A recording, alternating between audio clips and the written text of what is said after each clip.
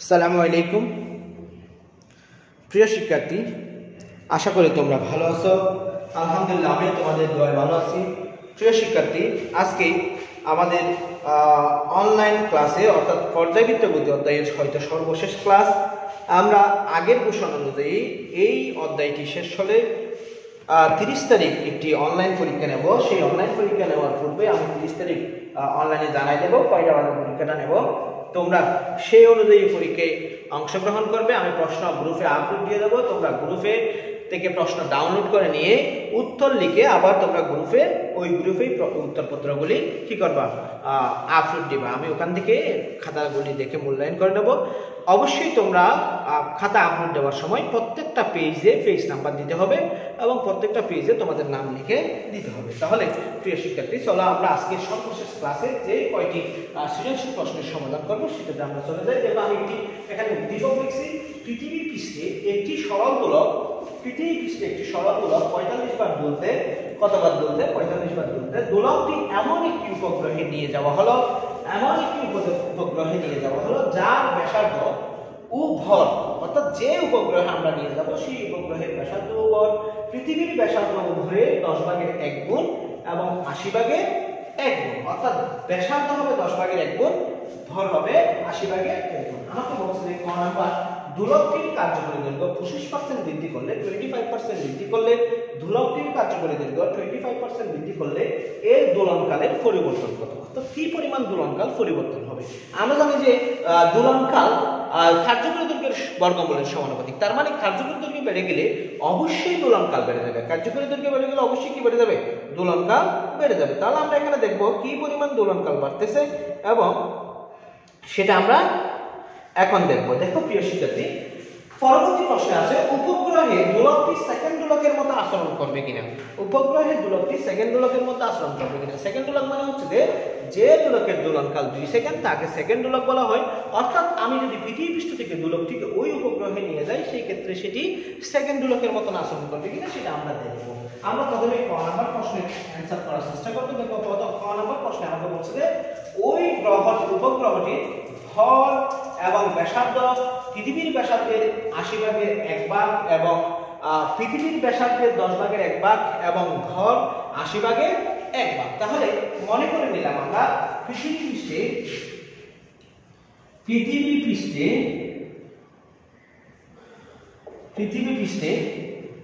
ব্যাসার্ধ, আমাদের পৃথিবীর ব্যাসার্ধ বা পৃথিবী পৃষ্ঠে যে ব্যাসার্ধটা পাবো সেই অনুযায়ী আমরা ক্যালকুলেশন করব। ক্যালকুলেশন করে আমরা পরবর্তীতে হিসাব নিকাশ করব। মনে করি পৃথিবী পৃষ্ঠে অভিকর্ষজ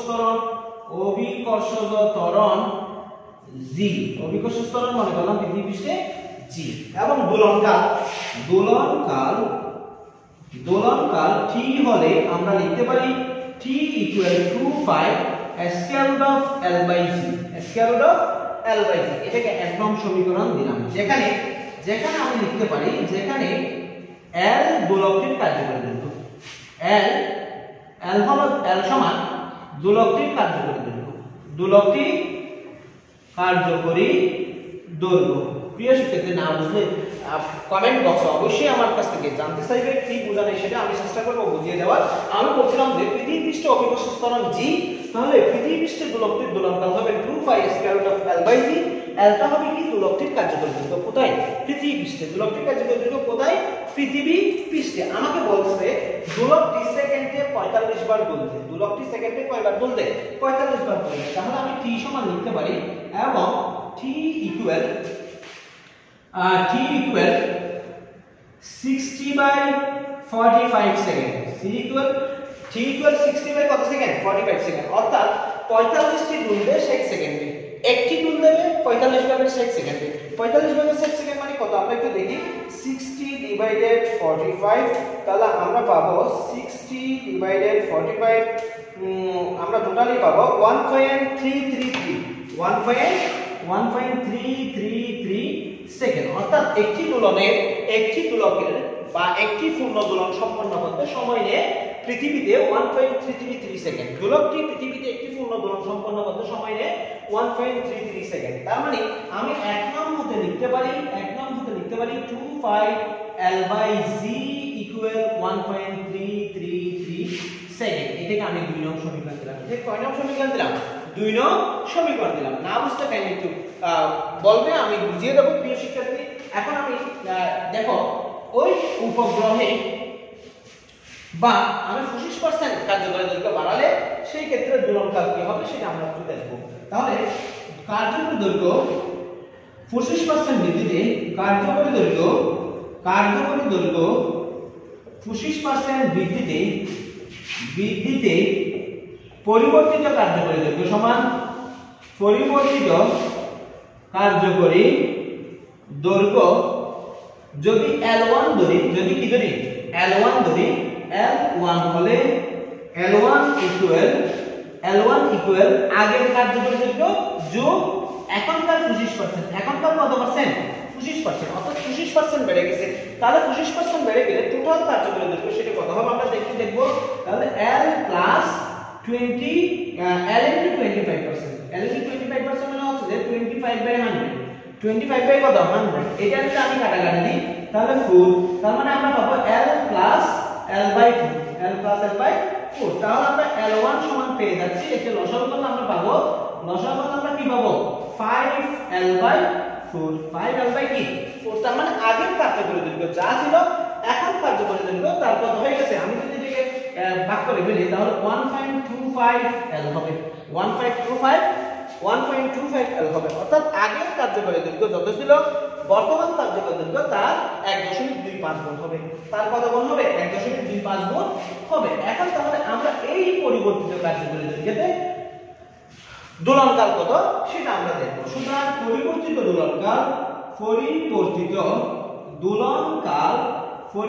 দোলনকাল T প্রাইম হবে, আমরা লিখব T prime equal 2π square root of L prime L1, square root of L1। কারণ আমরা পরিবর্তিত কার্যকরী দৈর্ঘ্য লিখছিলাম L1, L1 বাই কত হবে পরিবর্তিত কার্যকরী দৈর্ঘ্য যেহেতু L1 লিখছিলাম, L1 বাই আমরা কি হবে g হবে, কারণ পৃথিবী পৃষ্ঠের ত্বরণ। কোথায় ত্বরণ? পৃথিবী পৃষ্ঠের ত্বরণ। কারণ তখন দোলকটি দুলতেছে কোথায়? পৃথিবী পৃষ্ঠে। দোলকটি দুলতেছে কোথায়? পৃথিবী পৃষ্ঠে। এখন আমরা এখানে মানটা বসাবো, দেখো প্লিজ।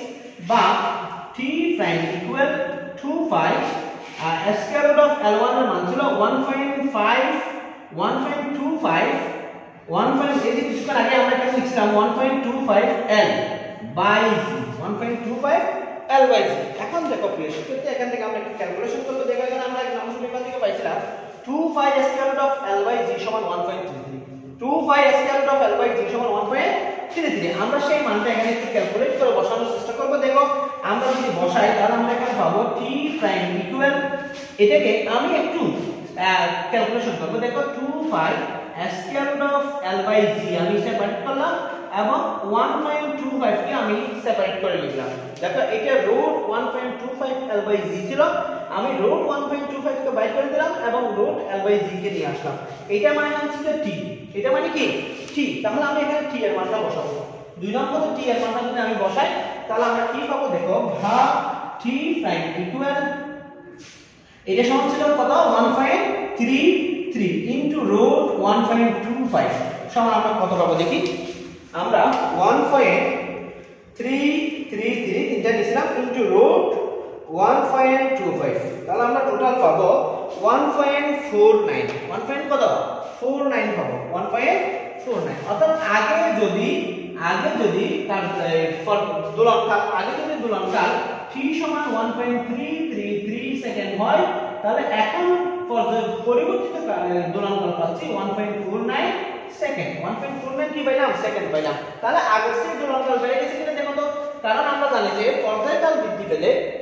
পর্যায়কাল বৃদ্ধি পাবে তখনই যখন কার্যকরী দৈর্ঘ্য বৃদ্ধি পাবে। আমরা এখানে দেখছি কার্যকরী দৈর্ঘ্য 25% বেড়ে গেছে।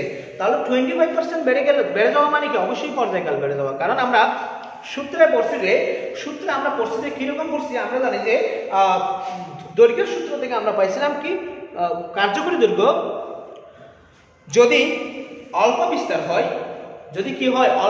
হয়, সেই ক্ষেত্রে পর্যায়কাল কার্যকরী দৈর্ঘ্যের বর্গমূলের সমানুপাতিক। পর্যায়কাল কার্যকরী দৈর্ঘ্যের কি মূলের সমানুপাতিক? বর্গমূলের সমানুপাতিক। অর্থাৎ কার্যকরী দৈর্ঘ্য বেড়ে গেলে অবশ্যই দোলনকাল বেড়ে যাবে। তাহলে এখানে দোলনকাল বেড়ে গেছে। সুতরাং দোলনকাল কত পর্যন্ত হয়েছে দেখো।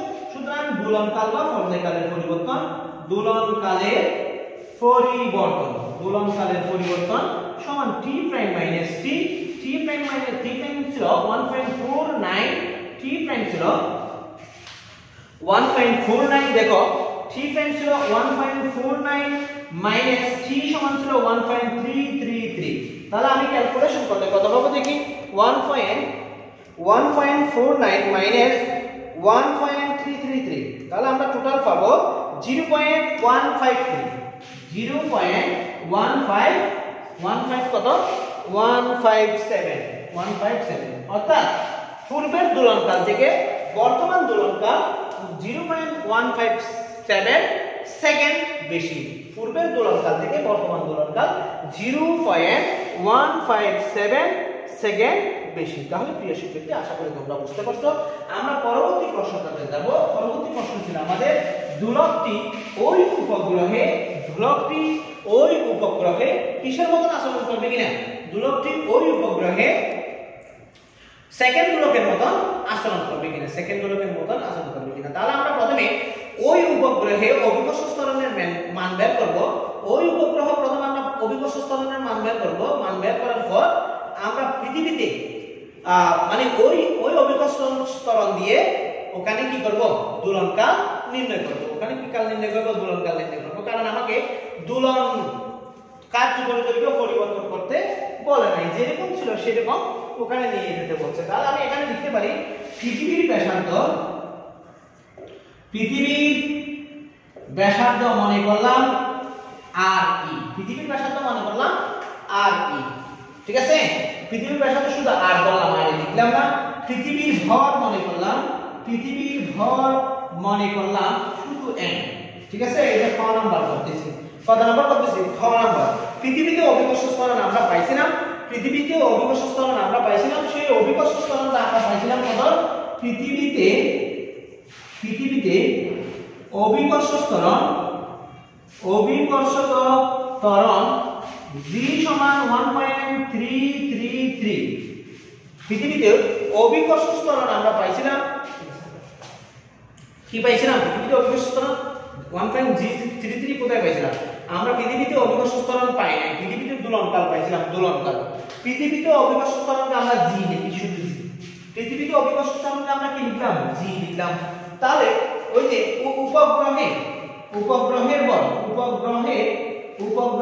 ভর আমরা কল্পনা করলাম, মনে করো m1 কল্পনা করলাম, উপগ্রহের ভর m1 সমান বলছে যে কতবার, পৃথিবীর 80 ভাগের 1 ভাগ, তাহলে আমরা এভাবে লিখতে পারি m1 সমান ক্যাপিটাল M/80 এবং উপগ্রহের ব্যাসার্ধ যদি আমি লিখি, আমাকে বলছে যে উপগ্রহের ব্যাসার্ধ যদি আমি r1 ধরি, r1 সমান আমার কত হবে, পৃথিবীর ব্যাসার্ধ কে 10 ভাগ করে 1 ভাগ, পৃথিবীর ব্যাসার্ধ থেকে 10 ভাগ করে কত, 1 ভাগ, পৃথিবীর ব্যাসার্ধ থেকে 10 ভাগ করে কত ভাগ, 1 ভাগ। এবং আমি যদি উপগ্রহের অভিকর্ষ ত্বরণ বাইর করি, উপগ্রহের অভিকর্ষ ত্বরণকে আমি ধরলাম g প্রাইম, উপগ্রহের অভিকর্ষ ত্বরণকে আমি কি ধরলাম, g প্রাইম বা g1 ধরলাম, আমার যেটা মন চাই সেটা আমি ধরতে পারি। আমি আবার বলতেছি, উদ্দীপক অনুযায়ী পৃথিবীর ব্যাসার্ধকে কল্পনা করলাম আর পৃথিবীর ভরকে কল্পনা করলাম ক্যাপিটাল M, পৃথিবীতে অভিকর্ষ ত্বরণ মনে করে নিলাম ক্যাপিটাল C, উপগ্রহের ভর মনে করলাম m1, বলছে উপগ্রহের ভর পৃথিবীর ভরের 80 ভাগের 1 ভাগ, তাহলে m * 80 ভাগের 1 ভাগ, তার মানে m/80 হবে, m কত হবে, 80 হবে। প্রিয় শিক্ষার্থী, একটু বোঝার চেষ্টা করবা। এরপরে দেখো, উপগ্রহের ব্যাসার্ধ r1 বললে, উপগ্রহের ব্যাসার্ধ বলতে পৃথিবীর 10 ভাগের 1 ভাগ, তাহলে আমি r/10 লিখতে পারি এবং অভিকর্ষ ত্বরণ g প্রাইম লিখতে পারি। এখন দেখো প্রিয় শিক্ষার্থী, আমরা ক্যাপিটাল G সমান লিখতে পারি, স্মল g সমান লিখতে পারি ক্যাপিটাল G ক্যাপিটাল M/r², এটাকে 1 নং দিলাম। এখন লিখি, এখন স্মল g সমান পৃথিবীতে অভিকর্ষ ত্বরণ g সমান আমরা জানি যে ক্যাপিটাল G ক্যাপিটাল M/r²। এখানে ক্যাপিটাল G হচ্ছে মহাকর্ষীয় ধ্রুবক, ক্যাপিটাল M হচ্ছে পৃথিবীর ভর, ক্যাপিটাল R হচ্ছে পৃথিবীর ব্যাসার্ধ। এবং আমি g প্রাইম সমান যদি লিখতে যাই, তাহলে লিখব capital G capital M prime by capital M1 by R1 whole square, আমি এটা 2 নং সমীকরণ লিখলাম।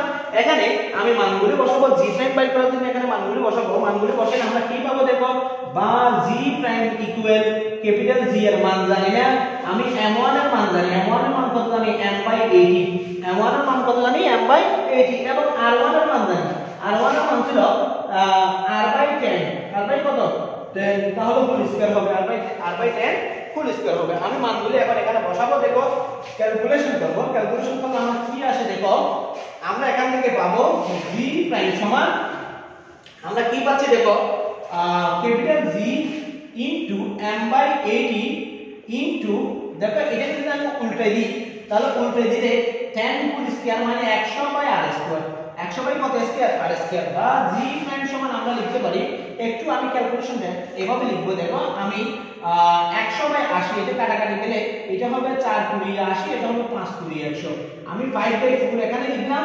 5/4 এবং এটাকে এভাবে লিখলাম gm/r স্কয়ার gm/r স্কয়ার এই gm/r স্কয়ার এটা পৃথিবীর অভিকর্ষ ত্বরণ কিনা দেখো তো gm/r স্কয়ার এটা পৃথিবীর অভিকর্ষ ত্বরণ কিনা তাহলে পৃথিবীর অভিকর্ষ ত্বরণ আমি এভাবে লিখলাম 5/4 ইনটু g এটা আমি লিখব এক হাতে কত হাতে পাইছি যে এক হাতে পাইছি যে তার মানে কোন স্থানে অর্থাৎ উপগ্রহের গোলকটিকে নিয়ে গেলে সেই গোলকটির অভিকর্ষ ত্বরণ হবে পৃথিবীর অভিকর্ষ ত্বরণের 4 ভাগের 5 ভাগ পৃথিবীর অভিকর্ষ ত্বরণের কয় ভাগের 5 ভাগ 4 ভাগের 5 ভাগ এখন আমরা কি করব ওই যে দোলকের দোলনকাল বের করার চেষ্টা করব যদি দোলকের ওই যে উপগ্রহের দোলকের দোলনকাল বের করি উপগ্রহের যদি দোলকের দোলনকাল বের করি তাহলে আমরা এরকম পাবো সুতরাং উপগ্রহের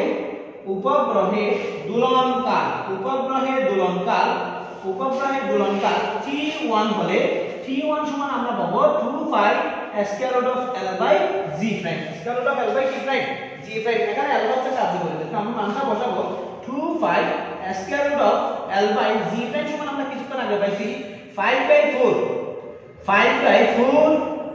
into g 5/4 into g এখন দেখো প্রিয় শিক্ষার্থী আমি যদি একটু ক্যালকুলেশন করি তাহলে আমরা এখানে পাবো 2 pi আমি এই যে এটাকে এভাবে লিখতে পারি 5/4 কে আমি 4/5 লিখি উল্টে দিলে 4/5 into l by g into l by কত g আমি এই 4/5 কে একটু বের করে দেব 4/5 কে যদি আমি একটু বের করে দিই তাহলে আমরা পাবো দেখো t prime equal 2 pi square root of l by g into root 4/5 দেখো আমরা এটা সমান পাইছিলাম 1.333 এটা সমান কত পাইছিলাম 1.333 কিভাবে পাইছিলাম গ নাম্বার হতে পাইছিলাম বা ক নাম্বার হতে পাইছিলাম আমরা এখানে লিখব ক হতে 2 pi square root of l by g সমান 1.333 ঠিক আছে এখন আমি এখানে এটা মান বসালে কত আসে দেখি 4/5 root 4/5 আমরা পাবো 0.8944 পাবো 0.8944 সরাসরি যদি আমি এটাকে লিখে গুণ করে ফেলি 4/5 এটার সাথে আমি গুণ করব 1.333 গুণ করব ইনটু 1.333 গুণ করলে আমরা পাবো 1.19227 ঠিক আছে আমরা এটা পাচ্ছি তার মানে আমরা পাচ্ছি যে উপগ্রহের পর্যায়কাল 1.19227 সেকেন্ড উপগ্রহের পর্যায়কাল 1.1922 সেকেন্ড তাহলে প্রিয় শিক্ষার্থী একটু দেখো প্লিজ আমরা কি সমান পেয়েছিলাম 1.3 আমরা যদি গোলকটিকে এখানে একটু দেখি t সমান পেয়েছিলাম 1.33 সেকেন্ড এবং t প্রাইম সমান পাচ্ছি 1.19227 সেকেন্ড এখন দেখো প্রিয় শিক্ষার্থী আমার প্রশ্ন ছিল দোলকটি উপগ্রহে সেকেন্ড দোলক হবে কিনা আমাদের যদি সেকেন্ড দোলক হতে হয় তাহলে দোলকটির দোলনকাল কত হতে হবে 2 সেকেন্ড হতে হবে তার মানে সেকেন্ড দোলকের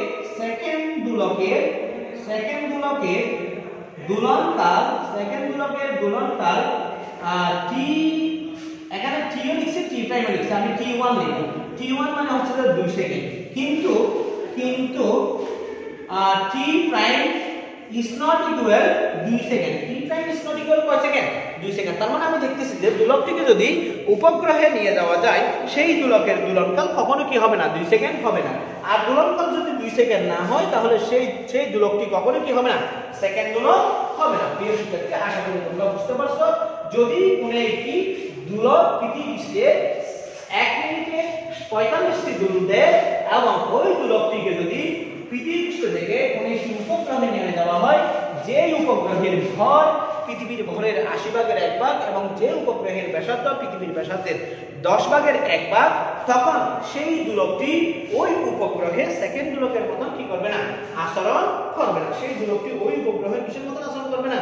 সেকেন্ড দোলকের মতন আচরণ করবে না। আশা করি প্রিয় শিক্ষার্থী তোমরা বুঝতে পারছো। আমরা আরেকটি প্রশ্ন সমাধান করার চেষ্টা করব। দেখো, আরেকটি প্রশ্ন আমরা সমাধান করব। সেই প্রশ্নটি হচ্ছে এই স্থানে একটি সেকেন্ড দোলকের কার্যকরী দৈর্ঘ্য, এটা হচ্ছে 7 নাম্বার। এই স্থানে একটি সেকেন্ড দোলকের কার্যকরী দৈর্ঘ্য 1 মিটার এবং বি স্থানে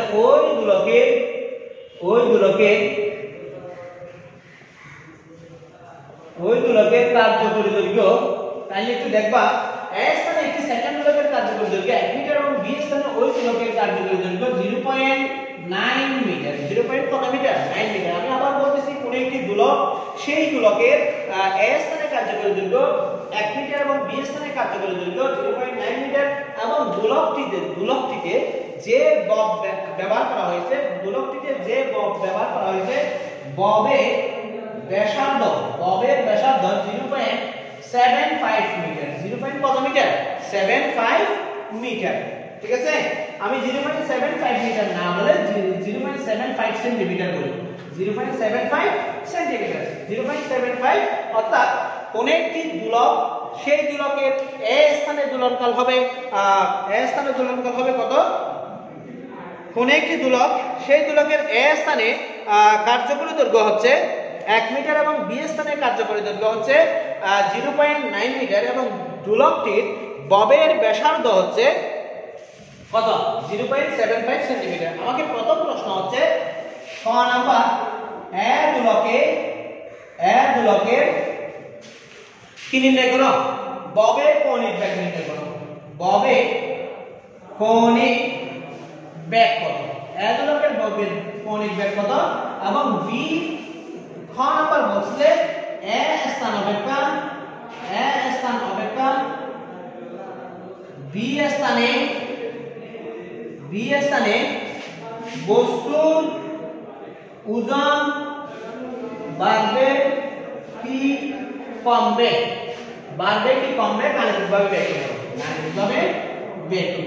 গাণিতিকভাবে ব্যক্ত করব।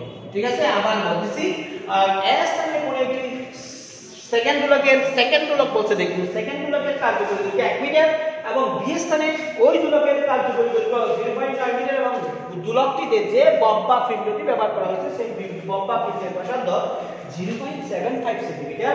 আমাকে বলছে যে এই স্থানে দোলকটির বা ববটির কৌণিক বেগ নির্ণয় করো। এবং পরের প্রশ্ন আমাকে বলছে যে কি, যদি দোলকটিকে এ স্থান হতে বি স্থানে নিয়ে যাওয়া হয়, সেই ক্ষেত্রে ওজনের কোনো পরিবর্তন হবে কিনা, বা এ স্থান অপেক্ষা বি স্থানে বস্তুর ওজন বাড়বে কি কমবে, সেটা আমাকে কি করতে বলছে?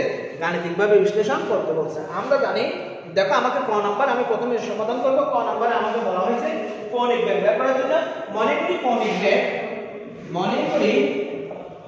কৌণিক বেগ ওমেগা। কৌণিক বেগ কত? ওমেগা। কৌণিক বেগ যদি ওমেগা হয়, দেখো আমরা জানি ওমেগা সমান 2π/t। ওমেগা সমান 2π/t। কেন আমরা ওমেগা সমান 2π/t জানি? আমরা জানি যে কোন একটি বস্তু একটি পূর্ণ কম্পন সম্পন্ন করতে 2π রেডিয়ান কোণ অতিক্রম করে। কত π রেডিয়ান কোণ অতিক্রম করে? 2π রেডিয়ান কোণ অতিক্রম করে। তাহলে t সেকেন্ডে বা পর্যায়কাল যদি t হয়, একবার পূর্ণ কম্পন সম্পন্ন করতে যে সময় নেয় সেটাকে বলা হয় পর্যায়কাল।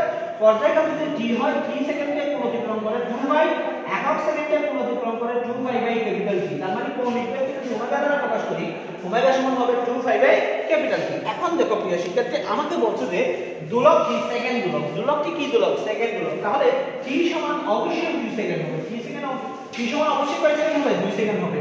তাহলে 2 pi by T, 2 pi by T, টি এর মান হবে 2 সেকেন্ড, টি এর মান হবে কত 2, 2 দিয়ে কাটাকাটি যাবে, তাহলে বাকি থাকবে ওমেগা সমান 5, ওমেগা সমান কি 5, 5 এর মান আমরা কত জানি 3.1416 রেডিয়ান পার সেকেন্ড। আমরা জানি যে কৌণিক বেগের একক রেডিয়ান পার সেকেন্ড। দেখো এই সামান্য 3 লাইনের অঙ্কটা করতে পারলে তোমরা 3 নাম্বার পাবে। আমাকে বলছিল কোন একটি দোলক, সেই দোলকে এ স্থানে দোলকটির কার্যকরী দৈর্ঘ্য ছিল 1 মিটার এবং বি স্থানে কার্যকরী দৈর্ঘ্য ছিল 0.9 মিটার এবং দোলকটিতে যে বব ব্যবহার করা হয়েছে সেই ববের ব্যাসার্ধ ছিল 0.75 সেন্টিমিটার।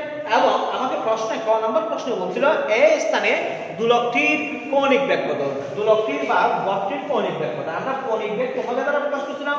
আমরা জানি যে কৌণিক বেগ একক সময়ে কোণের পরিবর্তনের হারকে বা কৌণিক সরণের পরিবর্তনের হারকে কৌণিক বেগ বলা হয়। যেহেতু পর্যায়কালটি একটি পূর্ণ কম্পন সম্পন্ন করতে টি সময় লাগে, সেহেতু টি সময়ে 2 পাই রেডিয়ান কোণ অতিক্রম করলে আমরা কৌণিক বেগকে সংজ্ঞায়িত করতে পারি ওমেগা সমান 2 পাই বাই টি। এখানে দোলকটি বলছে সেকেন্ড দোলক, সেকেন্ড দোলকের দোলনকাল হচ্ছে 2, সেজন্য আমরা এখানে বসাবো ওমেগা সমান 2 পাই বাই 2, তাহলে 2 2 কাটাকাটি গেছে পাই, পাই সমান 3.1416। এখন দেখো প্রিয় শিক্ষার্থী, আমাকে পরবর্তী প্রশ্ন বলছে যে এ স্থানে অপেক্ষা বি স্থানে বস্তুর ওজন বাড়বে কি কমবে সেটা আমাকে বের করতে বলছে। এখন ওজন বাড়বে কি কমবে সেটা নির্ভর করে অভিকর্ষ ত্বরণের উপর। কারণ আমরা জানি যে অভিকর্ষ ত্বরণ কম বেশি হলে বস্তুর ওজন বাড়বে বা কমবে, অভিকর্ষ ত্বরণ পরিবর্তন না হলে বস্তুর ওজন পরিবর্তন হবে না। আমি মনে করি খ নাম্বার করতেছি, মনে করি এ স্থানে অভিকর্ষ ত্বরণ GA, বি স্থানে অভিকর্ষ ত্বরণ GB মনে করতে পারি কিনা। দেখো এ স্থানে অভিকর্ষ ত্বরণ GA এবং বি স্থানে অভিকর্ষ ত্বরণ GB এবং এ স্থানে দোলনকাল TA, বি স্থানে দোলনকাল TB মনে করে নিতে পারি কিনা দেখো। এবং আমার এখান থেকে কার্যকরী দৈর্ঘ্য বলা আছে এ স্থানে কার্যকরী দৈর্ঘ্য L ইকুয়াল 1 মিটার, বি স্থানে কার্যকরী দৈর্ঘ্য LB সমান 0.9 মিটার। দিয়ে আছে কিনা দেখো, আমার এখানে দিয়ে আছে কিনা দেখো, ঠিক আছে। এবং আমি আরো মনে করে নিতে পারি, আরে কি মনে করে নিতে পারি দেখো, আমাকে বলছে দোলকটি সেকেন্ড দোলক, দোলকটি কি দোলক সেকেন্ড দোলক, তাহলে টি সমান টিবি সমান টি সমান আমরা 2 সেকেন্ড ধরে নিতে পারি, টি সমান টিবি সমান 2 সেকেন্ড ধরে নিতে পারি। এবং আমরা আরো লিখতে পারি এ স্থানের ওজন, দেখো এ স্থানে আমরা কি লিখতে পারি, এ স্থানে ওজন আমরা লিখতে পারি এ স্থানে ওজন লিখতে পারি WA সমান লিখতে পারি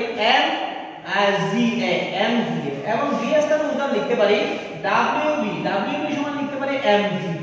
এখন আমরা লিখব m হচ্ছে বস্তুর ভর, m হচ্ছে কিসের ভর, বস্তুর ভর। যে বস্তুটাকে আমি a থেকে b তে নিয়ে যাব সেই বস্তুটার ভর হচ্ছে a, সেই বস্তুটার ভর কি হবে m হবে। এখন দেখো প্রিয় শিক্ষার্থী, সুতরাং T a সমান আমরা লিখতে পারি 2 pi square root of LA by GA, LA by কি a GA। এখানে মানগুলো বসাবো 2 পাই রুট 1 বাই GA সমীকরণ, এটাকে আমি 1 নং দিলাম। সমীকরণ কয় নং দিলাম 1 নং দিলাম।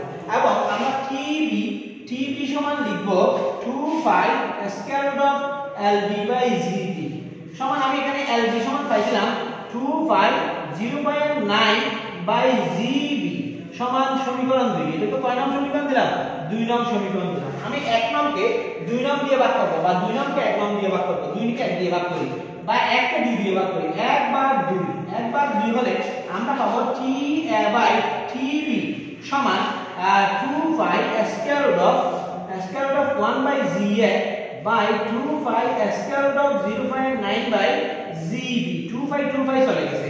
দেখো প্রিয় শিক্ষার্থী, আমি এখানে বলছিলাম T A সমান TB সমান T, T A সমান TB সমান T সমান 2 সেকেন্ড। তাহলে আমি এখানে লিখতে পারি 2 বাই 2 সমান, আমাদের এখানে আমি সরাসরি মানগুলি এভাবে যদি লিখি 1 by root g into root gb by 0.9 কেন লিখছি বুঝতে পারছি এটা যখন আমি গুণ করছি তখন উল্টে গেছে গুণ করলে কি হয়ে যাবে উল্টে যাবে তাহলে এখন দেখো আমরা কি করতে পারি আমরা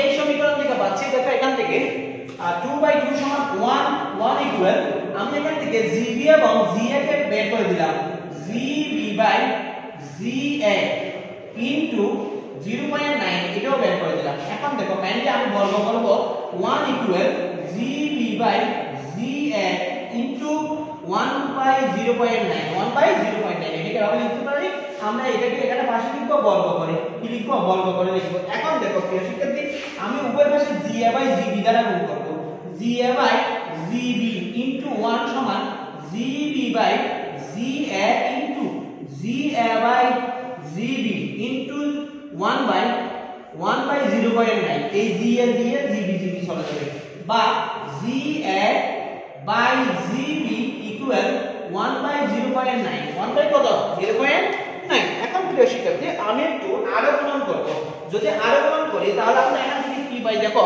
আরো গুণন করলে এই সমীকরণ থেকে আমরা কি পাবো দেখো gb সমান 0.9 ga 0.9 ga তার মানে এই gb অবশ্যই কত থেকে ছোট ga থেকে ছোট gb অবশ্যই ga থেকে ছোট আমরা জানি যে যেখানে অভিকর্ষ ত্বরণের মান কম হবে সেখানে ওজন কম হবে যেখানে অভিকর্ষ ত্বরণের মান বেশি হবে সেখানে অবশ্যই কি হবে ওজন বেশি হবে অভিকর্ষ ত্বরণের মান যেখানে বেশি হবে সেখানে অবশ্যই কি হবে ওজন বেশি হবে এখন দেখো প্রিয় শিক্ষার্থী এখন আমি এখান থেকে লিখতে পারি উভয় পাশে যদি m দ্বারা গুণ করি mgb equal 0.9 mga তাহলে আমি কিছুক্ষণ আগে লিখছিলাম mgb সমান ছিল wb এবং 0.9 এটা হবে wa তার মানে wb is less than wa অর্থাৎ a স্থান থেকে কোনো বস্তুকে যদি আমি b স্থানে নিয়ে যাই a স্থান থেকে যদি কোনো বস্তুকে আমি b স্থানে নিয়ে যাই অবশ্যই বস্তুটির ওজন কমে যাবে কেন কমে যাচ্ছে কারণ আমরা দুইটা জিনিস এখানে পাচ্ছি একটা হচ্ছে যে অভিকর্ষ ত্বরণ কমে গেলে বস্তুর ওজন কমে যাবে দুই নাম্বার অপশন হচ্ছে যে আমরা জানি যে যখন দোলকের কার্যকরী দৈর্ঘ্য কমে যায় তার দোলনকাল কমে যায় দোলকের কার্যকরী দৈর্ঘ্য কমে গেলে তার দোলনকাল কি হয়ে যায় কমে যায় এখন দোলনকাল কমে গেলে অভিকর্ষ ত্বরণ বেড়ে যায় অভিকর্ষ ত্বরণ কি হয়ে যায় বেড়ে যায় ঠিক আছে এখন কিন্তু অভিকর্ষ ত্বরণ বেড়ে গেল স্থান পরিবর্তনের কারণে তার ওজন কি হয়ে যাচ্ছে a স্থানের ওজনের চেয়ে b স্থানের ওজনটা কি হয়ে যাচ্ছে কমে যাচ্ছে a স্থানের ওজনের চেয়ে b স্থানের ওজন কমে যাচ্ছে কিভাবে কমে যাচ্ছে অভিকর্ষ ত্বরণ কমে যাচ্ছে বিধায় a স্থানের চেয়ে b স্থানের ওজন কমে যাচ্ছে প্রিয় শিক্ষার্থী আশা করি তোমরা কিভাবে ওই যে স্থান পরিবর্তন করলে বস্তুর ওজনের পরিবর্তন হয় সেটা কিভাবে নির্ণয় করবে সেটা আশা করি বুঝতে পেরেছো আজকে আমি আরেকটি সৃজনশীল প্রশ্নের সমাধান করে আজকের ক্লাসটা শেষ করব দেখো প্রিয় শিক্ষার্থী আজকে যেহেতু এই অধ্যায়ের লাস্ট ক্লাস সুতরাং একটু মনোযোগ দিয়ে দেখবা আমি লাস্ট ক্লাসটা শেষ করব খুব শীঘ্রই দেখো আমার এখানে একটা চিত্র আছে এখানে একটা স্প্রিং দেখো আমার এই স্প্রিংগুলি তেমন সুন্দর ভাবে আঁকতেছি না তোমরা এটা একটা স্প্রিং মনে করে নেবা যেহেতু টাইম লাগবে সুন্দর করে আঁকতে সেজন্য আমি সুন্দর করে আঁকতেছি না মনে করো তোমরা এখানে একটা স্প্রিং আছে এই স্প্রিংটা তোমরা এখানে কি ওই যে আছে এটা মনে করে নেবা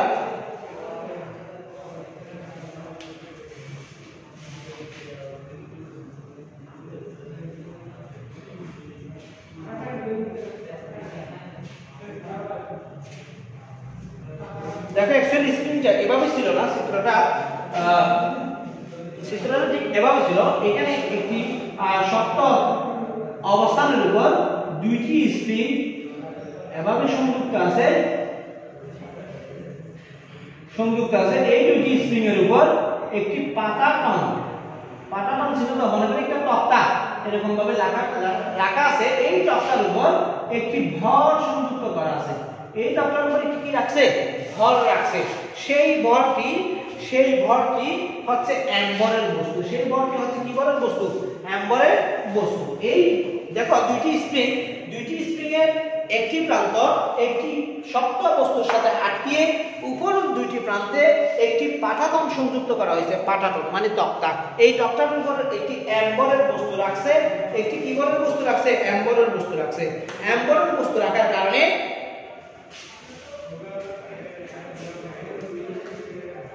এম সমান 10 কেজি ধরি। এম সমান কয় কেজি? 10 কেজি। তাহলে স্প্রিং দুটির উপর এখানে লিখব স্প্রিং দুটির উপর একটি পাটাতন রেখে এর উপর 10 কেজি বরের বস্তু রাখলে 10 কেজি বরের বস্তু রাখলে স্প্রিং দ্বয় 0.56 মিটার সংকুচিত হয়। 0.56 মিটার সংকুচিত হয়। দেখো আমি দুটি স্প্রিং এভাবে লাগাইছিলাম, এই দুটি স্প্রিং এর উপর একটি পাট বা পাটাতন সংযুক্ত করলাম, তার উপর একটি 10 কেজি ভর যুক্ত করলাম।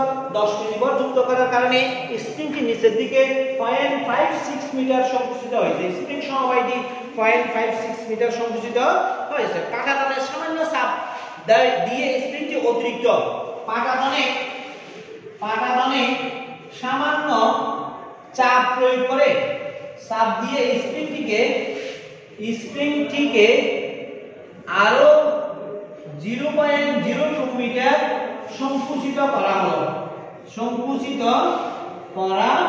হলো।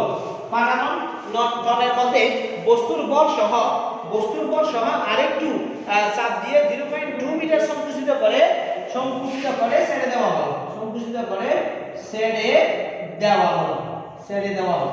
সংকুচিত করে কি করা হলো? ছেড়ে দেওয়া হলো। পরে পুরো ব্যবস্থাটি ফলে সমবায়টি দোলনকাল 1.5 সেকেন্ড। ফলে সমবায়টির দোলনকাল 1.5 সেকেন্ড। সমবায়টির দোলনকাল কত হলো? 1.5 সেকেন্ড হলো। যখন অ্যাম্বরের একটি ব্লক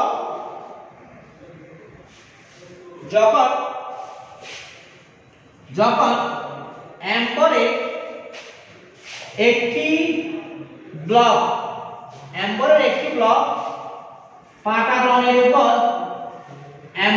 একটি ব্লক পাটাতনের উপর চাপানো হয়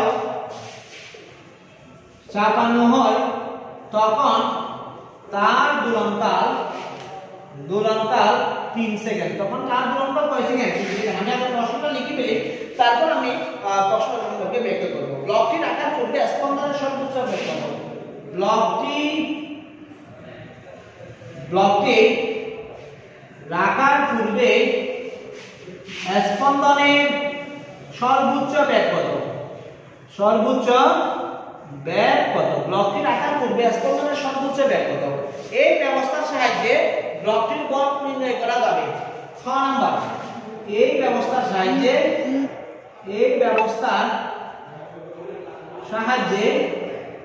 ব্লকটির ভর নির্ণয় করা যাবে। গাণিতিকভাবে বিশ্লেষণ করো। দেখো আমার উদ্দীপকটা আমি আরেকবার পড়ে শোনাচ্ছি। আরেকবার হয়তো পড়ে শোনালে তোমরা বুঝতে পারবে। দেখো আমার এখানে বলছে যে একটা চিত্র আমি দেখতেছি, একটা চিত্রের নিচে দুইটি স্প্রিং আছে। দুইটি স্প্রিং একটি তলের উপর আটকে অপর প্রান্তগুলিতে একটি পাটাতন বা পাট বা তক্তা সংযুক্ত করে সেই তক্তার উপর একটি অ্যাম্বরের বস্তু রাখা হলো। অ্যাম্বরের বস্তু কি করা হলো? রাখা হলো। এখন দেখো এই অ্যাম্বরের পরিবর্তে যদি আমি এখানে 10 কেজি বরের বস্তু রাখি, সেই ক্ষেত্রে স্প্রিংটি 0.56 মিটার সংকুচিত হয়। স্প্রিংটি 0.56 মিটার কি হয়? সংকুচিত হয়। এখন পাটাতনের মধ্যে অর্থাৎ তক্তার উপর আমি আরেকটু চাপ দিয়ে সেই সংকুচিত স্প্রিংটিকে আরো 0.02 মিটার সংকুচিত করলাম। 0.02 মিটার কি করলাম? সংকুচিত করলাম। সংকুচিত করে ছেড়ে দিলাম। ছেড়ে দিলে ওই সমবায়টি এভাবে দুলবে, উপর নিচে এভাবে দুলবে। এই যে একটি পূর্ণ দোলন সম্পন্ন করতে সে সময় নেবে 1.5 সেকেন্ড। একটি পূর্ণ দোলন সম্পন্ন করতে সে সময় নেবে কত সেকেন্ড? 1.5 সেকেন্ড। এখন দেখো আমি এই সিস্টেমটির সাথে অর্থাৎ এই 10 কেজির সাথে যদি আরো m কেজি যোগ করে দিই, এই 10 কেজির সাথে যদি আমি আরো কয় কেজি যোগ করে দিই? m কেজি যোগ করে দিই, সেই ক্ষেত্রে তার দোলনকাল হবে 3 সেকেন্ড। তার দোলনকাল হবে কয় সেকেন্ড? 3 সেকেন্ড। আগে 10 কেজি দিলে দোলনকাল হতো কয় সেকেন্ড? 1.5 সেকেন্ড। এখন আমি আরো m কেজি যোগ করব, m কেজি যোগ করলে তার দোলনকাল কয় সেকেন্ড হবে? 3 সেকেন্ড হবে। আমাকে বলছে যে ব্লকটি অর্থাৎ এম্বরের বস্তুটির আকার পূর্বে অর্থাৎ 10 কেজি যখন ছিল তখন বস্তুটির সর্বোচ্চ ব্যাগ কত ছিল? তখন বস্তুটির সর্বোচ্চ ব্যাগ কত ছিল? বস্তু নয়, সমবায়টির সর্বোচ্চ ব্যাগ কত ছিল? সমবায়টির সর্বোচ্চ ব্যাগ কত ছিল? এখন বলতেছে যে যদি এম্বরের বস্তুটি রাখা হয় এবং তার দোলনকাল 3 সেকেন্ড হয়, তার দোলনকাল কয় সেকেন্ড হয়? 3 সেকেন্ড হয়, সেই ক্ষেত্রে এম্বরের বস্তুটির পরিমাণ নির্ণয় করা যাবে কিনা অর্থাৎ m নির্ণয় করা যাবে, সেটা গাণিতিকভাবে আমরা বিশ্লেষণ করব। সেটা গাণিতিকভাবে আমরা কি করব? বিশ্লেষণ করব। এখন দেখো প্রিয় শিক্ষার্থী, আমি এখানে যেহেতু আমাকে ম্যাথটা করতে গেলে এটা একটু মুছতে হবে, মুছতে দেখো এটা 8 নাম্বার সৃজনশীল প্রশ্ন। এটা কত নাম্বার সৃজনশীল প্রশ্ন? 8 নাম্বার সৃজনশীল প্রশ্ন। এটাই লাস্ট 8 নাম্বার সৃজনশীল প্রশ্ন। আমি ক নাম্বার করতেছি? আমাকে বলছে এম্বরের ব্লকটির আকার পূর্বে তার সর্বোচ্চ ব্যাগ বের করার জন্য। এম্বরের ব্লকটির আকার পূর্বে সর্বোচ্চ ব্যাগ, তাহলে সর্বোচ্চ bag Vmax equal omega a। Vmax equal কি a? Omega a। Vmax equal omega a। এখানে দেখো যখন আমি 10 কেজি রাখছিলাম তখন t ছিল 1.5 সেকেন্ড। তখন t ছিল কত সেকেন্ড? 1.5 সেকেন্ড। ঠিক আছে? এরপরে a বাইর করতে হবে। a মানে বিস্তার। দেখো a মানে প্রথমে স্প্রিংটি 0.56 মিটার সংকুচিত হয়েছে। কখন? যখন আমি 10 কেজি ভরের বস্তুটি রাখছিলাম। 10 কেজি ভরের বস্তুটি যখন আমি রাখছিলাম তখন 0.56 সংকুচিত হয়েছিল। অ্যাকচুয়ালি 0.56 তে সংকুচিত ছিল না, বস্তুর ভর একটি 10 কেজি ভর রাখার কারণে সে 0.56 মিটার সংকুচিত হয়েছিল। এর সাথে চাপ দিয়ে আরো 0.02 মিটার সংকুচিত করা হয়েছে। আরো 0.02 মিটার কি করা হয়েছে? সংকুচিত করা হয়েছে। তাহলে আমরা টোটাল পাবো 0.58 মিটার, অর্থাৎ বিস্তার হবে 0.58 মিটার। এখন আমি একটু ক্যালকুলেশন করব। ওমেগা সমান আমরা জানি যে 2π/T ইনটু a। এখন 2π এর মান জানি না, t সমান আমরা জানি 1.5, a সমান কত জানি? 0.58। তাহলে আমরা টোটাল ক্যালকুলেশন করলে কত পাবো? দেখো টোটাল ক্যালকুলেশন করলে 2π ইনটু 0.58 ডিভাইডেড 1.5 ডিভাইডেড 1. কত? 5। টোটাল ক্যালকুলেশন করলে আমরা 2.429 মিটার পার সেকেন্ড। অর্থাৎ আমরা দেখতেছি যে যদি কোনো একটি স্প্রিং সমবায়কে এভাবে সংযুক্ত করে, অর্থাৎ নিচের প্রান্ত কোনো একটি শক্ত বস্তুর সাথে সংযুক্ত করে, উপরের প্রান্তে একটি পাঠাতন যুক্ত করে, সেখানে যদি ভর রাখি, কি পরিমাণ ভর রাখি? 10 কেজি ভর রাখি, এবং 10 কেজি ভর রাখার কারণে তার যদি সংকোচন 0.56 মিটার হয় এবং তাকে আরেকটু বল প্রয়োগ করে বা চাপ প্রয়োগ করে তার সংকুচন আরেকটু 0.02 মিটার সংকুচিত করে যদি ছেড়ে দেওয়া হয়, তার দোলনকাল যদি 1.5 সেকেন্ড হয়, সেই ক্ষেত্রে বস্তুটির সর্বোচ্চ ব্যাগ হবে 2.429 metre per second. 2.429 metre per second. ঠিক আছে প্রিয় শিক্ষার্থী, এখন আমরা পরবর্তী প্রশ্নটা একটু দেখার চেষ্টা করব। পরবর্তী প্রশ্নটা আমার ছিল এই ব্যবস্থার সাহায্যে ব্লকটির ভর নির্ণয় করা যাবে কিনা। এই ব্যবস্থার সাহায্যে ব্লকটির ভর নির্ণয় করা যাবে কিনা। এখন দেখো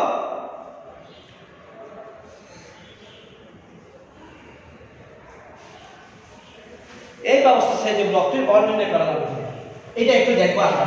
এখন দেখো প্রিয় শিক্ষার্থী, আমাকে যখন ব্লকটির ভর নির্ণয় করতে হবে তখন আমি প্রথমে যে 10 কেজি ভর নিয়েছিলাম সেটাকে m1 নিয়েছিলাম। m1 সমান মনে করলাম 10 কেজি।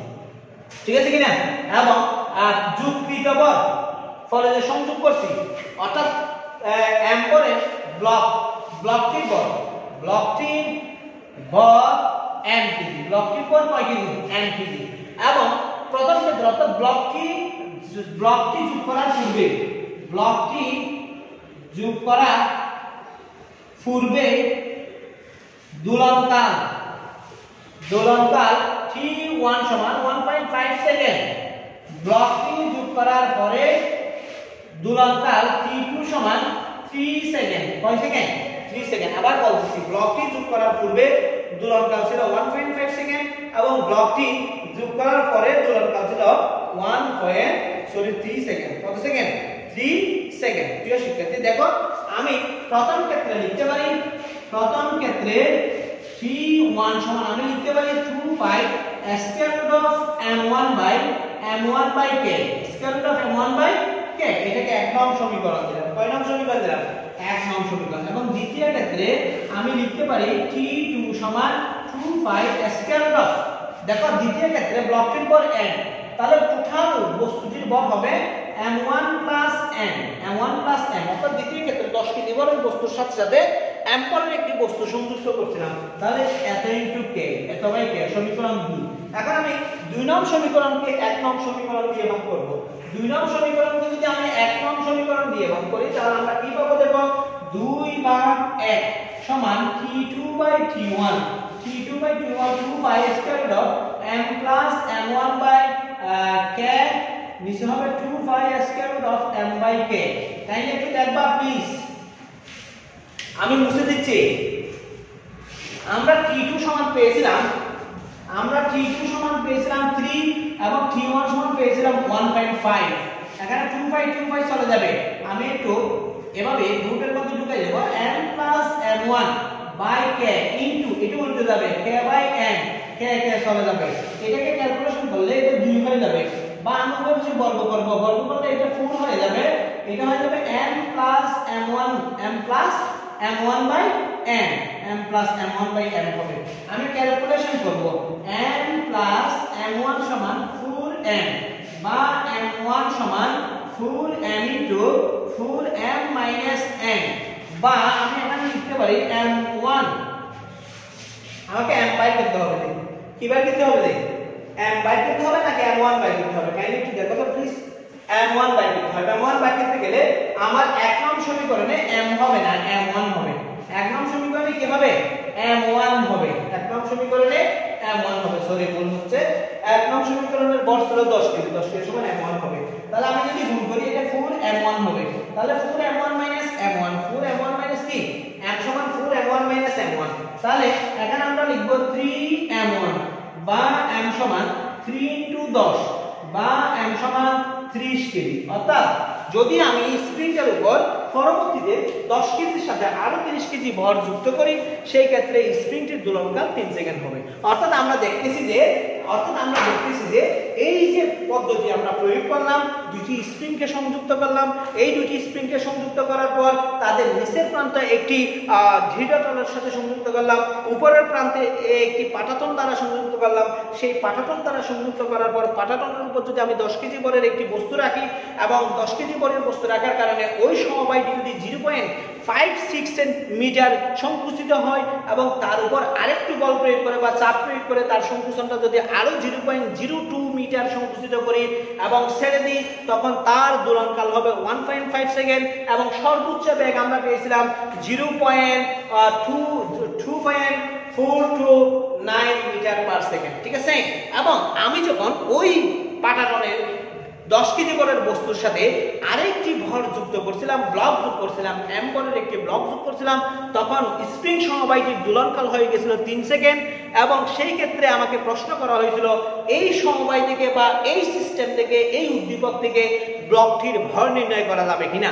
আমি ব্লকটির ভর নির্ণয় করে পেলাম 30 কেজি। অর্থাৎ অবশ্যই এই সিস্টেম থেকে বা এই উদ্দীপকের দ্বারা বা এই ব্যবস্থার সাহায্যে অবশ্যই সংযুক্ত ব্লকটির ভর নির্ণয় করা যাবে, এবং ব্লকটির ভর হবে 30 কেজি, এবং সেই ক্ষেত্রে স্প্রিং সমবায়টির দোলনকাল হবে 3 সেকেন্ড। প্রিয় শিক্ষার্থী, আজকে এই পর্যন্ত, এই অধ্যায়টা আজকে আমাদের এখানেই শেষ।